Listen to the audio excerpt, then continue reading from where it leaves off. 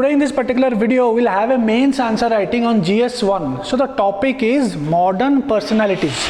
So we'll have a question on modern personalities. The question is, what united Nehru and Sardar Patel was more significant and of abiding value than what divided them? So the question is a difference between Sardar Vallabhbhai Patel and Jawaharlal Nehru. So the question is about what differences they had and what similarity they had. The similarity was of more abiding value than the differences they had. So we have to write the differences and the similarity between their ideologies.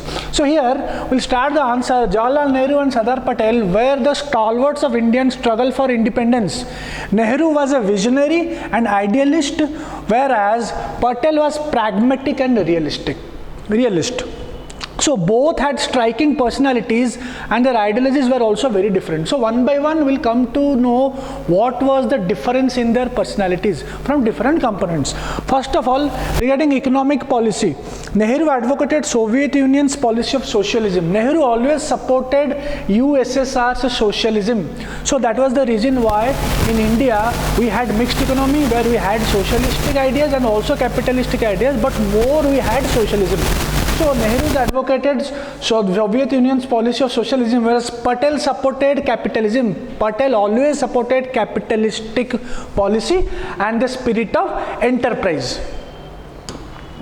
Second is foreign policy. In foreign policy, what was the differences? Foreign policy, Nehru had a very internationalist approach. He was very internationalist in nature. He wanted to keep good relations with all our foreign neighbors or even other countries also. So one example is Nehru's Panchshil. Panchshil was an internationalist in nature, whereas Patel's approach was very nationalist. Patel always wanted national integration, but Nehru was more of internationalist character. So one example is Panchshil. You can also write one more example, that is non-alignment movement. Nehru was also a pioneer of the non-alignment movement of 1961.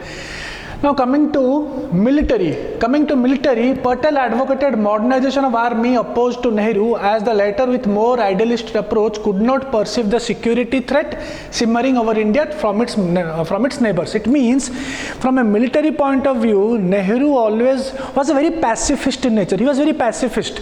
So he did not wanted much modernization in the army during that point of time. But Patel always wanted modernization in the army.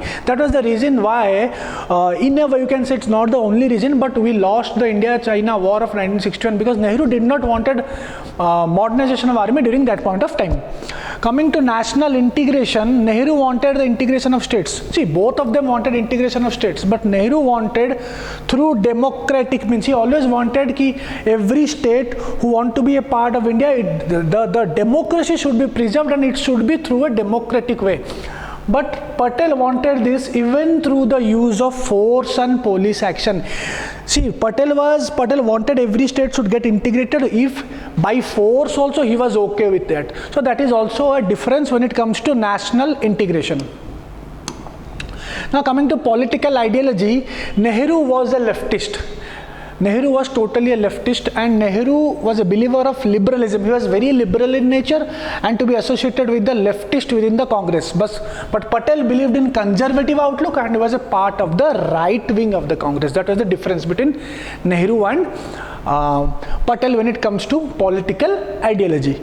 However, both were united on other grounds that were more significant. So the question is, the components where they were more united, it makes more sense than their differences. If you see the points where they were united, it gives a more value to the points where they were not united or they had differences. Now in these points they were more united. For example, both of them were against the foreign rule. Both of them were against the British rule and struggled for the independence of the country. They struggled for the independence of the country. Coming to constitutionalism, both wanted a sovereign democratic state and were members of the drafting committee of the constitution. Even Nehru drafted the objective resolution. We all know the objective resolution of 1946, where Nehru drafted this, and our preamble had come from this particular resolution. And Patel was also the chairman of the Fundamental Rights Committee. He was also chairman of the Fundamental Rights Committee of the Constituent Assembly. So both of them in a way favored constitutionalism. Now what is constitutionalism? Constitutionalism is an ideology where the source of power is with the people. Nobody can arbitrarily take the rights of the people. So in India also we follow constitutionalism, and both of these personalities were favoring this particular ideology of constitutionalism. Both of them had faith in Gandhi. Both of them had complete faith in Mahatma Gandhi. Both had faith in Gandhi's approach of non-violence and truth, and acknowledged his leadership. Both of them in a way supported Gandhi's ideology and his struggle for independence. Now the final point is protection of minorities. Both of them were secular in nature and they supported the minorities' rights.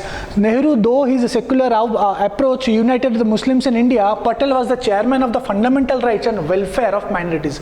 So today in lot of rights we have in our constitution regarding the minorities. So he was the chairman of that committee. So both of them in a way worked for the welfare of the minorities.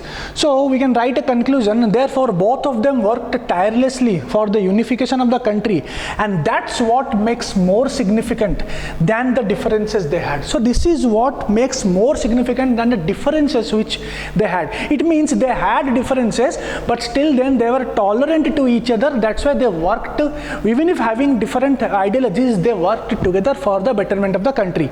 So to conclude, never has there been a combination of humanism and realism so complete as in Nehru and Patel. So this is what you have to write an answer where you give the facts with proper justification when it comes to our national freedom fighters or our national contributors to our freedom struggle.